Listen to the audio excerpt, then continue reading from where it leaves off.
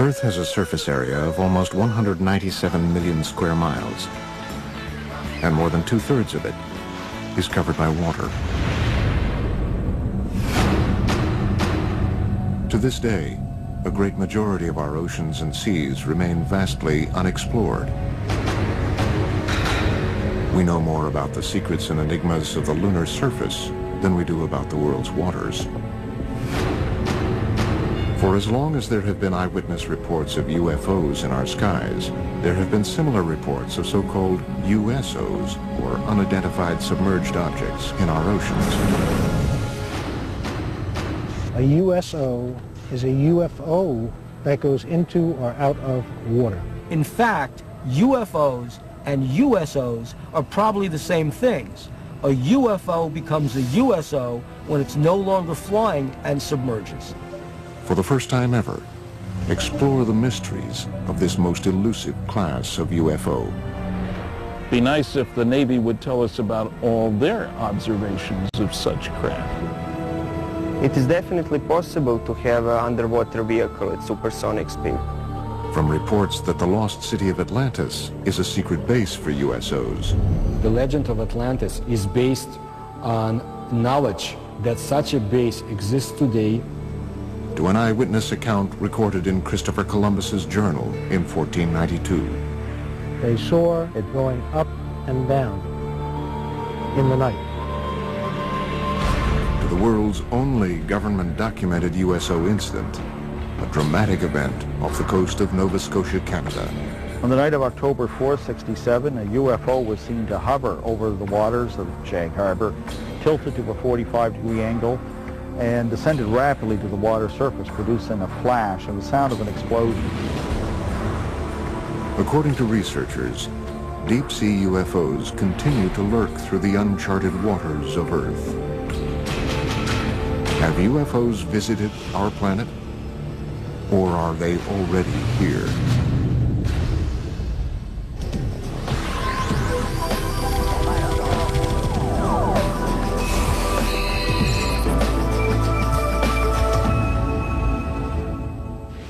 This is the Santa Catalina Channel, a 26-mile wide stretch of the Pacific Ocean separating the city of Los Angeles from Catalina Island. According to experts, these waters, portions of which might be as deep as Mount Everest is high, may contain some of the world's darkest mysteries. You are seeing an unidentified flying object. It is not a hoax. It is real. The film was taken by Leland Hansen while filming Catalina Island from a helicopter. In recent years, escalating reports of unidentified submerged objects, or USOs, flying into and out of the channel have caused great concern to local residents and researchers. The whole area here is just a huge hotbed of UFO activity. I've uncovered probably 200-300 cases of UFOs flying over the mountains and over the water here. It's just a huge hotspot. Preston Dennett is the author of UFOs over California. He has been investigating USO activity in this area for almost 20 years. Actually, there was a huge wave of sightings over the Santa Monica mountain range on June 14, 1992. The witnesses counted a total of about 200 objects. What's interesting about this case is these objects came from below. Normally when someone sees a UFO, it comes out of the sky like a star. They see a star-like object and it comes swooping down. These came from below to above. June 14th, 1992, 10:24 p.m. For almost 2 minutes, the waters of the Pacific Ocean explode with light as hundreds of bright, disc-like craft are witnessed flying out of the water together. Similar to other reports of USOs exiting the water, these craft emerge from the Pacific in almost complete silence. They reportedly hover for a moment before bursting into space. Reports of this incident were phoned into local police departments as far away as Malibu. The following is an actual call that was placed on that day. Officer, Sheriff Station. Did anyone report anything strange tonight? Can you be a little more specific? Strange, lights. Lights? Just what exactly happened to you? I'm ashamed to tell you because I think you're going to think I'm crazy. We saw what we thought was a bright light up in the sky. Okay. We could hear, it wasn't a helicopter. I'm telling you, I have never been more frightened in my life. According to Dennett, the incident was also reported to the U.S. Coast Guard sector in Long Beach, which ultimately declined the search request. This 1992 event was the second in Los Angeles in 3 years. On the dark, foggy morning of February 7th, 1989, scuba divers, boat sonar systems, and people on the shore witness a long, dark, unidentified craft dive out of the Pacific. For about 90 seconds, the USO rests just above the surface before emitting about a dozen smaller, fast-moving objects. 60 seconds later, the craft dives back underwater. Its last reported sonar heading was south toward the Santa Catalina Channel before it disappeared. And it involved dozens of objects which were seen off the coast of Marina del Rey. On occasion, some of these craft would emit smaller craft, about 20 feet in diameter. And these were seen moving underneath the surface of the ocean, and they were coming in and out of the water. As the 1947 incident at Roswell sparked worldwide curiosity about flying saucers, these events near Los Angeles have sparked a current wave of research into the capabilities and threats of so-called USOs. The oceans of the world covering, 70% of the planet, they hide a lot of history and a lot of mystery. There's a very good reason for a whole society of creatures, sentient creatures, advanced creatures living underwater because they can, because nobody goes there. It's fascinating to think of the underwater UFOs because they know a lot about this planet that you and I don't know. Unique to the USO phenomenon is the reported ability of these craft to multiply and break apart. One such astounding case has become known as the Golfo Nuevo event.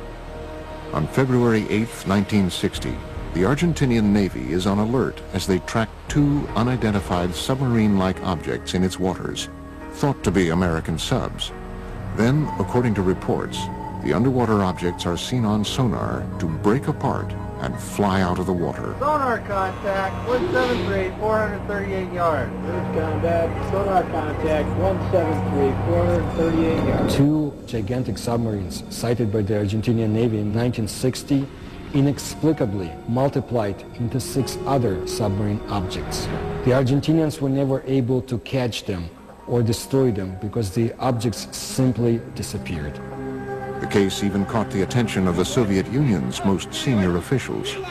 Nikita Khrushchev, who was the leader of the Soviet Union at the time, was so much intrigued by the whole story that he sent his diplomatic attaché in Buenos Aires to find out what's been going on. While some researchers contend that these reported cases might be nothing more than military submarines firing torpedoes, others argue that submarines were not capable of firing 6 or more objects in 1960. Late USO researcher Ivan T. Sanderson's 1970 book, Invisible Residents, was the first to analyze the USO phenomenon. He reports on another remarkable example of USO behavior. In March 1963, a U.S. Navy submarine exercise is progressing as planned 100 miles off Puerto Rico. Suddenly, one Navy sub abruptly breaks from its assigned route after picking up an unidentified object traveling at speeds in excess of 150 knots. The submarines are astonished by the depth at which the unidentified craft is moving, 20,000 feet underwater. It gave the acoustic signature of a single propeller type of motion through the water, and it was tracked at depths down to 20,000 feet, whereas a typical crush depth for a submarine would be 7,000 feet. So this thing, whatever it was exceeding the technical capabilities of submarines at that time and even today. The vessel is tracked for almost 4 days by the entire carrier group. The object would reportedly propel away at impossible speeds and then stop and rest, allowing for continued tracking by the Navy. Reports about this event were sent back to Sinclair Fleet Headquarters in Norfolk, Virginia. However, an official determination into what was seen on sonar that afternoon was never made. But according to reports, the Navy lost track of the craft after midnight on the fourth day. It was never picked up on sonar again. Nobody advanced a theory as to how something could move that fast. We have reports of USOs going into and out of the water, but we don't have any of the technical data. Flying saucers that are above the ground, people see them. But what's underwater, the Navy sees them. And the Navy isn't talking about what it's finding.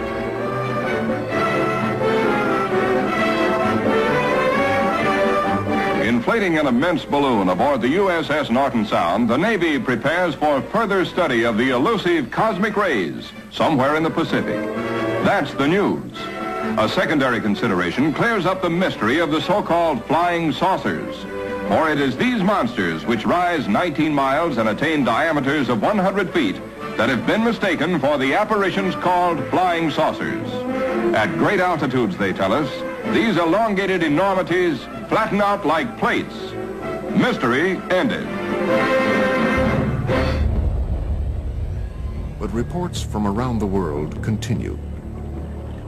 Another extraordinary case is reported in the international press beginning on November 11th, 1972. A fast-moving submarine-like object is picked up on sonar in the Sonja Fjord off the west coast of Norway by the Norwegian Navy, which hunts it for 2 weeks.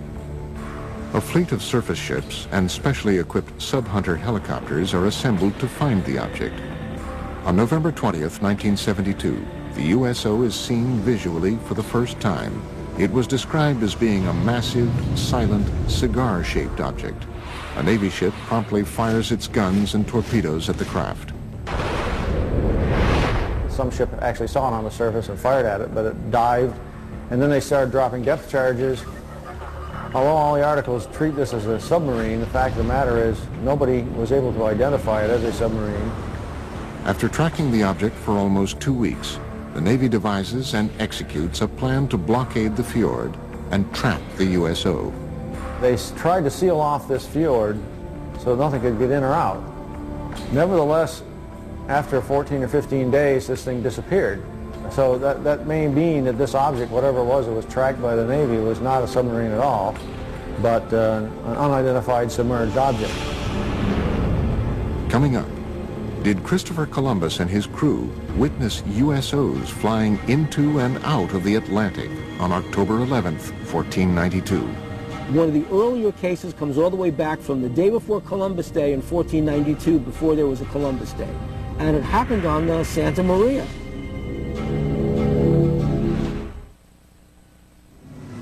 October 11th, 1492, 10 p.m. A calm, clear night. Christopher Columbus and his crew move slowly across one of the deepest ravines of the Atlantic and through the Bermuda Triangle. Below them is almost 4 miles of water. Suddenly, unearthly lights are seen flashing across the bottom of the ocean.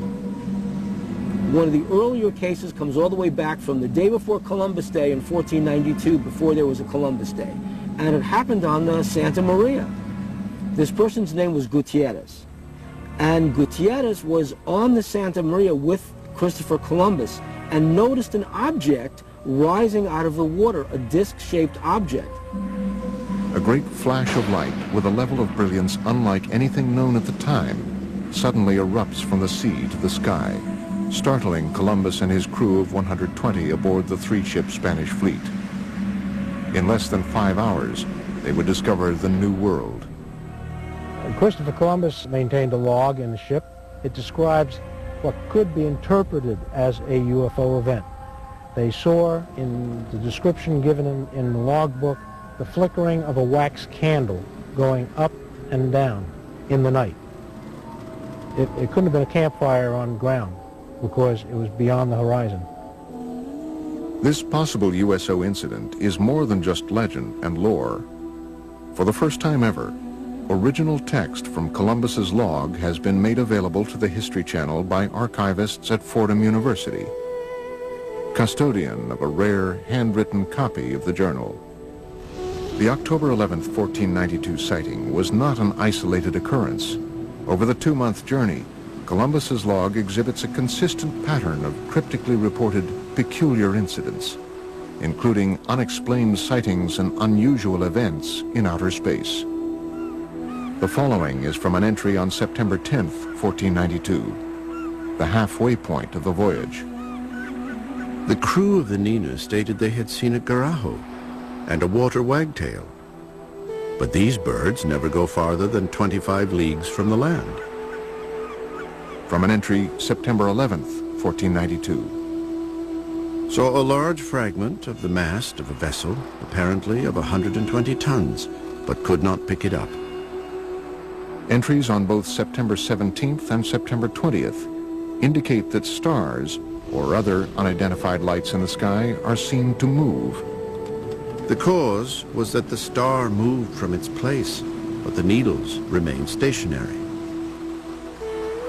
And from the infamous entry of October 11th. The Admiral, at 10 o'clock that evening, standing on the quarterdeck, saw a light.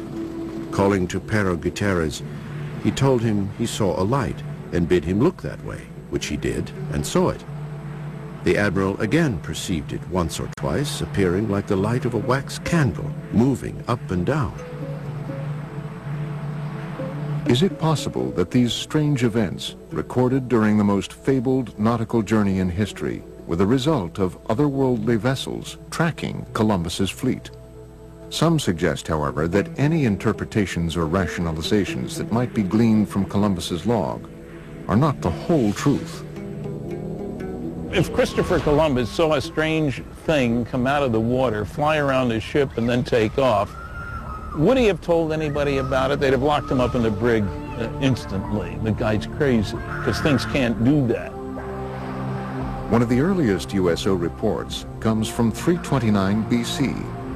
After witnessing what he described as shining shield-like objects flying into and out of the Jaxartes River in India, Alexander the Great was so convinced that he witnessed otherworldly vessels, he spent the final 6 years of his life searching for evidence of these objects in a diving bell, believed to be the world's first submarine. Some conclude, however, that Alexander's underwater adventures had a greater goal, finding and conquering the one kingdom that had eluded him, Atlantis. Well, Atlantis first enters literary history in the philosophical dialogues of Plato. These are the Timaeus and the Critias. The gods, bothered by the attitude of the Atlanteans, decided to destroy Atlantis. In one day and one night, they destroyed it with a cataclysm, and it sank. To this day, researchers continue to speculate about Atlantis as a hub of USO activity. The legend of Atlantis definitely is based on knowledge, probably lost by today, of some secret underwater civilization. Atlantis's supposed location in the Mediterranean would have provided USOs a convenient position from which to monitor human civilizations and their shipping routes to and from Asia Minor, Rome, and Athens. The Mediterranean was the cradle of ancient civilization. The Phoenician traders traveled back and forth between the Middle East and Greece across the Mediterranean. If there were a culture of either aliens or original inhabitants of planet Earth who wanted to seed the planet, to seed humanity with myth, the Mediterranean is a natural base for them to set up an underwater facility. Well, I don't know if Plato was talking about unidentified submerged objects when he came up with Atlantis, but I suppose there are people who, number one, assume that Atlantis is real, number two, that it's somewhere in the Atlantic, number three, that it's buried under thousands of feet of water. The ancient Athenians, however, were not the first to record stories of unidentified objects in the oceans. Experts believe the ancient Egyptians may have even recorded sightings in their hieroglyphic drawings. In ancient Egypt, in the temple at the city of Abydos, somebody made an inscription, a depiction of a submarine. There was another depiction of an object that looks like a helicopter. Who made it? How did the ancient Egyptians know about it? We have no idea. 1 of the earliest European cases is a series of reported English sightings in the 11th century. One of the oldest cases I have on the site goes back to the year 1067. It has to do with this people in the countryside seeing something flaming in the sky that came down to earth, lit up the countryside, and then went up again, and then into the sea. Carl Feint has been researching USO phenomenon for almost a decade. His internet site, waterufo.net, has an archive of over 900 current and historic USO reports.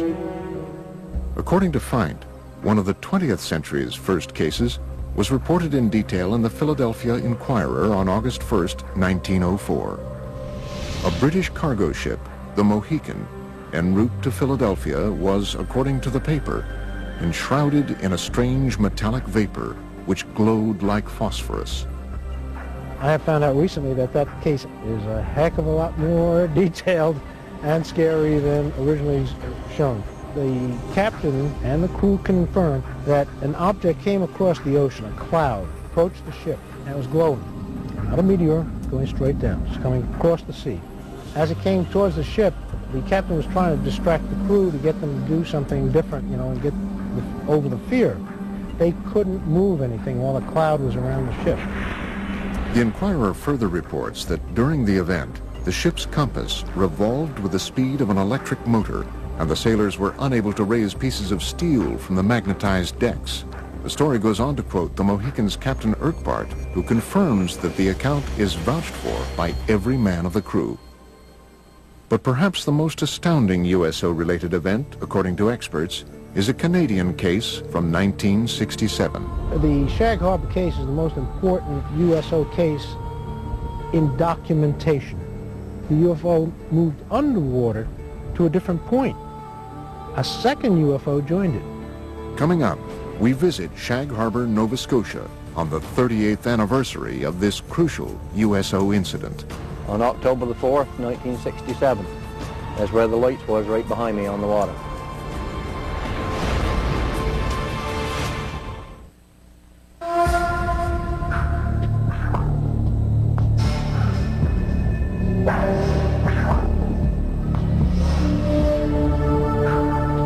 Years ago today, October 4th, 1967, approximately 20 after 11 in the evening, something happened in Shag Harbor that became quite memorable in later years. The night of October 4th, 67 has become known as the Night of the UFOs among many UFO researchers. The Shag Harbor incident has become the best known aspect of that night. Chris Stiles and Don Ledger have spent the past decade researching the 1967 Shag Harbor USO incident. The case, widely reported throughout Canada at the time, had been largely forgotten in subsequent years. Their 2001 book, Dark Object, reopened the case, shedding new light on the many reported USO events of that night and the weeks following. The reason that the Shag Harbor incident came to the forefront and kind of eclipsed the importance of the other sightings from the Night of the UFOs is simply the fact that it's the one case where something came down out of the sky and crashed into the water. It made a noise, it made a flash. It's also unique in the sense that nobody reported a UFO. Several calls came in very quickly to the nearby Royal Canadian Mounted Police Detachment, and those reports said simply that people had seen lights, or perhaps an aircraft had crashed into the waters of what they called the Sound. The interest and the concern was totally for the possibility of survivors. Nobody reported a UFO.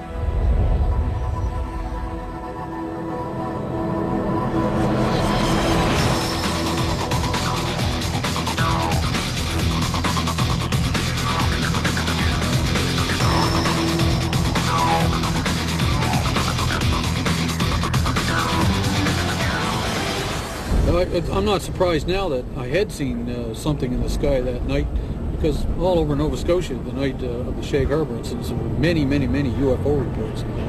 Just up around the bend, we'll be coming into Shag Harbor, and the site crowd gathered and watched whatever it was that happened here 38 years ago today.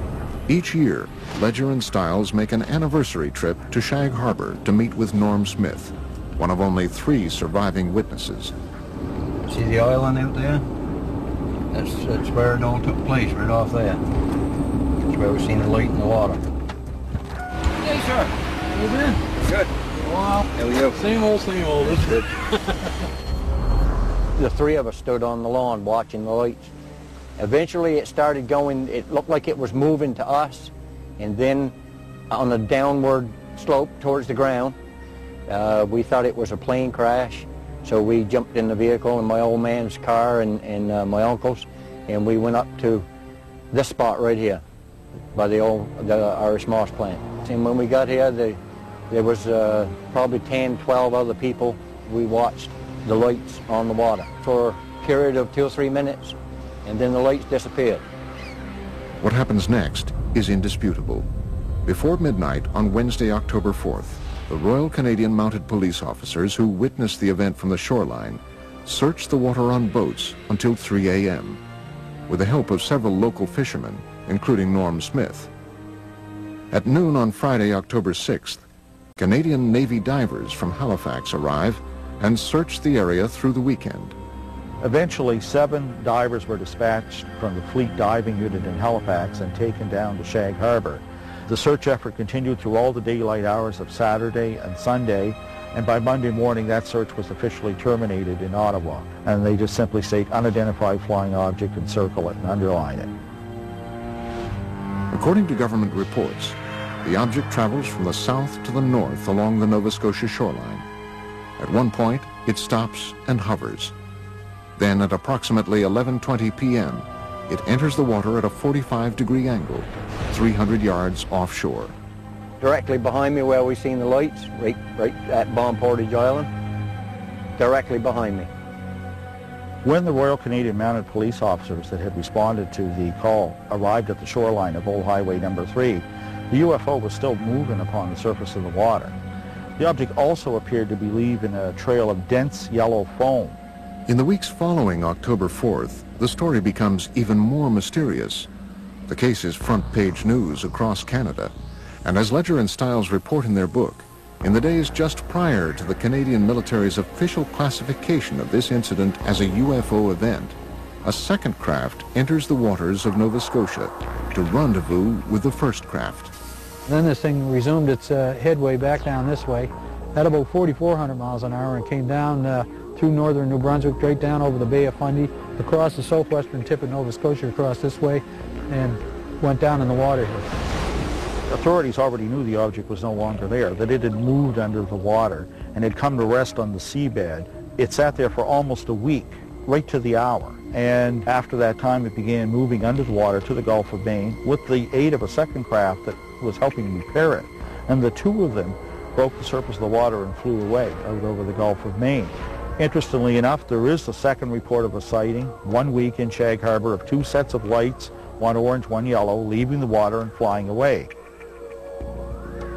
This case continues to inspire debate and continued research into the events of October 4th, 1967.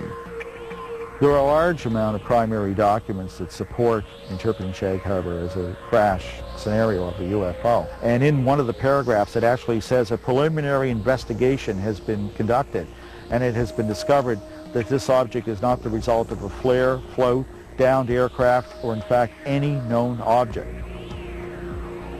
I didn't know then, back 30-odd years ago, I didn't know whether it was a UFO or what it was. But nobody will ever make me believe that there was nothing there, because it was. Coming up, seen for the first time, video evidence of what might possibly be a USO emerging from the waters of Laguna Cartagena in Puerto Rico. And they are coming towards Laguna Cartagena. And later, a University of California scientist reveals that supersonic speed by deep-sea UFOs is not only scientifically possible, but likely. A region with perhaps the longest legacy of USO activity is the area around Puerto Rico. As the mysterious southern point of the Bermuda Triangle, the island has been at the center of USO debate for decades. Puerto Rico is a hot spot for underwater UFO activity, and it seems to match the pattern of other cases.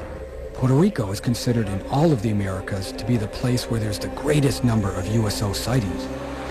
Members of the Puerto Rican-based ufology group, Project Argus, agreed to lead a tour of some of the island's more notable USO-related areas.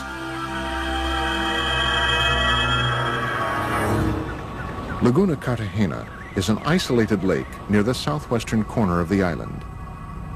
It has become linked to much of Puerto Rico's reported USO activity. I have been conducting investigations for years in Laguna Cartagena, where there's also a lot of secrecy about USOs. Laguna Cartagena since 1930 has been a place where hundreds of cases were reported of flying objects coming and going from the area. October 8, 2002, approximately 9 p.m., Puerto Rican police officer and Project Argus member Carlos Torres witnesses a red glowing USO fly out of the waters of Laguna Cartagena at an incredible speed. Then it stops and hovers just above the water. I was a witness of an object suspended over Laguna Cartagena. The military got involved because they were also witnesses. The object flew away and then back from Monte Indio. And it stopped and hovered over Laguna Cartagena. After hovering for several minutes over the area, the object was seen to crash back into the lake. Another Argus member, Giuseppe Quinones, believes he captured the same object on videotape in 2004. I took a video on November 20th, 2004, in the immediate area of Laguna Cartagena. Seen for the first time, possible video evidence of a USO near this enigmatic lake. The brightly lit, craft-like object was seen emerging from the water. Here, it hovers for almost 1 minute before flying away. In the mid-1990s, several attempts to disprove the USO activities were made, despite hundreds of witnesses that said they saw lights going in and coming out of the water. They have been seen all over Puerto Rico. Specifically, the most mentioned places are Laguna Cartagena and Route 303. The region of Lajas, through which Route 303 runs, has been another source of significant USO and UFO reports, including a possible 1997 crash on Monte Indio that left behind a scorched earth impact zone and many unanswered questions. In May 5, 1997, a UFO crashed there, burned many lands on the top of the mountains, and there was federals that night, and they obtained something that we don't know, a UFO. After this 1997 incident, local government officials began to take USO and UFO reports more seriously. As a direct result, the mayor of Lajas, Puerto Rico, recently designated the roadway through the heart of Puerto Rico's UFO country as UFO Route 303. But for now, other USO-related events around the island are far more pressing for experts. In the hills around Lajas, a mysterious government aerostat, a tethered balloon-borne radar, is frequently launched up to 3 miles in the air, ostensibly to monitor air traffic and weather. However, USO researchers believe the balloon's real function is actually covert, to observe and record UFO and USO activity. There was a government document in the legislature where a secret investigation was conducted. Not public, but secret, about the USO events in the waters. But the document states that they do not pose any danger to humanity. The volume of USO reports from around this small island have prompted many to speculate that the deep waters directly below the southern tip of the Bermuda Triangle, just offshore, conceal more than USOs. Experts and researchers from around the world believe they possibly obscure a major USO base as well. It is suspected that there's a base between La Paguera in an area near Cabo Rojo.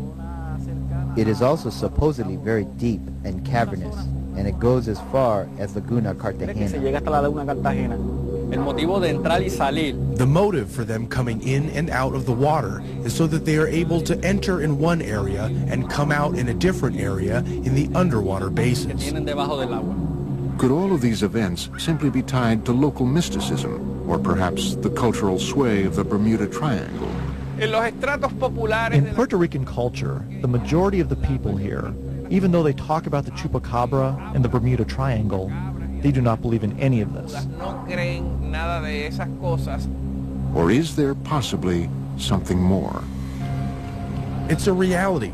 The USOs in Puerto Rico are real. There are hundreds of testimonies and witnesses. It's all real. I think that the UFO phenomenon is real. Here in Puerto Rico, there have been hundreds of cases. That is a reality.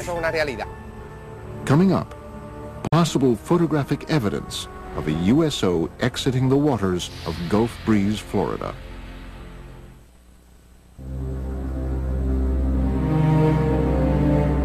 It is believed that unidentified submerged objects are able to move through our oceans and seas in ways that defy all principles of modern physics. Experts are confounded by the ability of these vessels to reportedly travel at extreme depths, pass through ice with impunity, and traverse water at supersonic speed.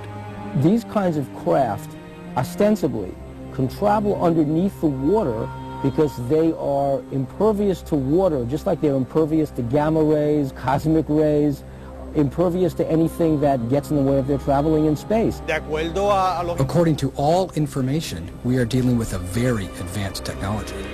They circle ships and next thing you know, dive into the water. It's not a barrier to them. They just go from one medium to another. In late 1969, while conducting their regular Operation Deep Freeze ice-breaking exercises near Antarctica, U.S. Navy sailors aboard the USS Calcaterra reportedly witnessed an unidentified submerged object with some extraordinary capabilities. Ivan Sanderson in Argosy magazine, where he talks about an event somewhere in the Arctic when an object came up through the ice and took off. Really sort of burrowed its way through. A large submarine-shaped object at least 100 feet long is seen bursting out of the frozen ocean through several yards of solid ice at an incredible speed. But this case, however, is only one of many similar incidents reported by navies around the world. I know of one case that occurred near Leningrad. In the winter of 1976. A USO broke down through the ice, maneuvered underwater, and then again broke back out through the ice. They do melt ice. Now, if you had a meteor, the dynamics of the thing would break the ice into chunks and scatter them all over the place. With the UFO, it's a clean hole. USO witnesses have also reported seeing waterspouts beneath USOs as they exit the water, including Ed Walters, a resident of Gulf Breeze, Florida, who snapped this never-before-seen Polaroid picture of what appears to be a USO above a tornado-shaped waterspout on July 7th, 1988. So he was looking north towards Gulf Breeze across the Santa Rosa Sound, a distance of about 7,000 feet. He noticed that the water down beneath the object started to get all foamy or something. You could see it dancing around, and all of a sudden this column of water went up and contacted the bottom of it.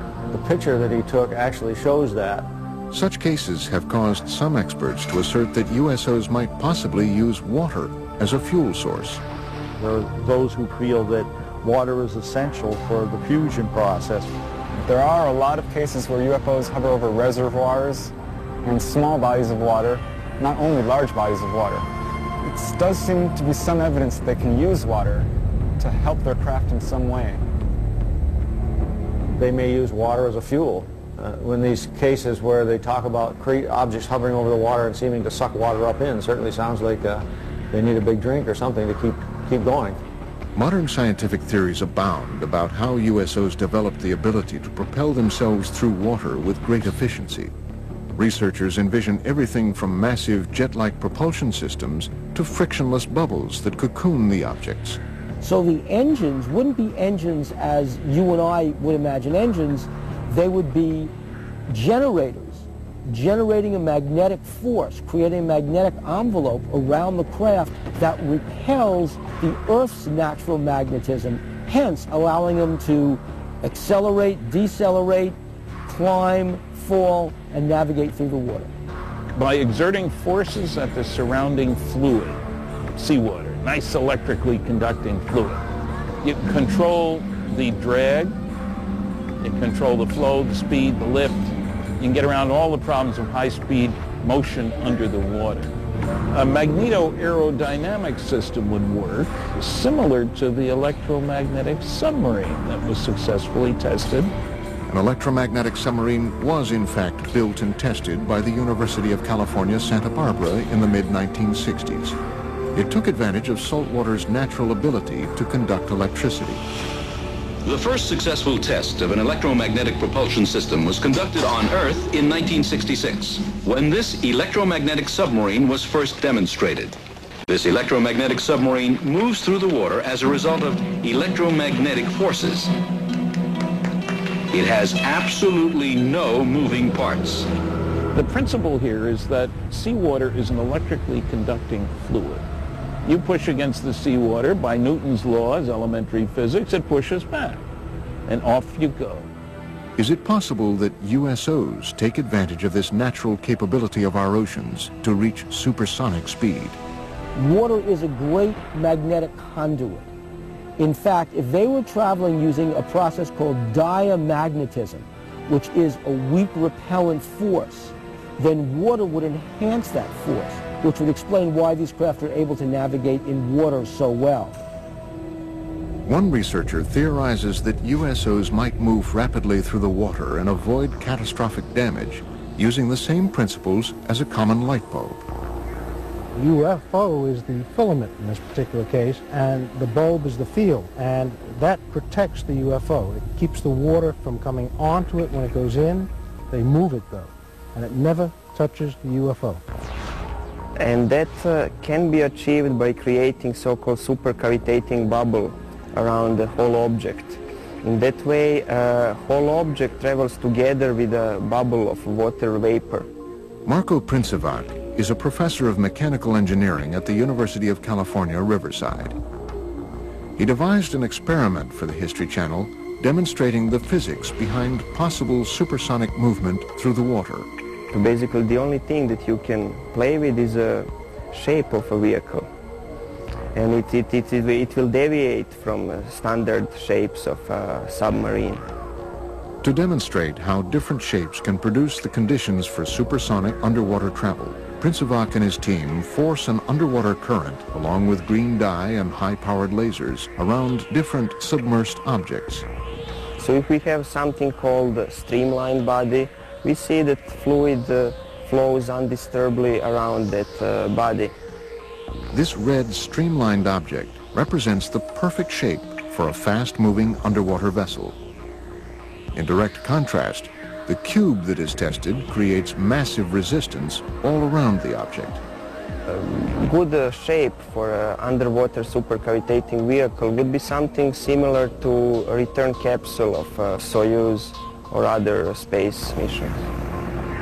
The laws of earthly physics change dramatically underwater. Propelling an oceanic vehicle to supersonic speeds requires an amount of power greater than what man has currently invented.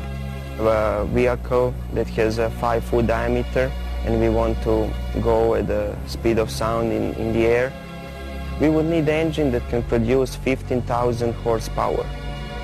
For the same vehicle to reach the speed of sound under the water, we would need an engine that can produce around 1 million horsepower. While it might be scientifically possible for USOs to prowl the oceans at supersonic speed, how have these craft developed the technology required to achieve this milestone? The many mysteries of these craft may never be fully understood, and that is exactly what provokes the greatest debate and distress among investigators and researchers.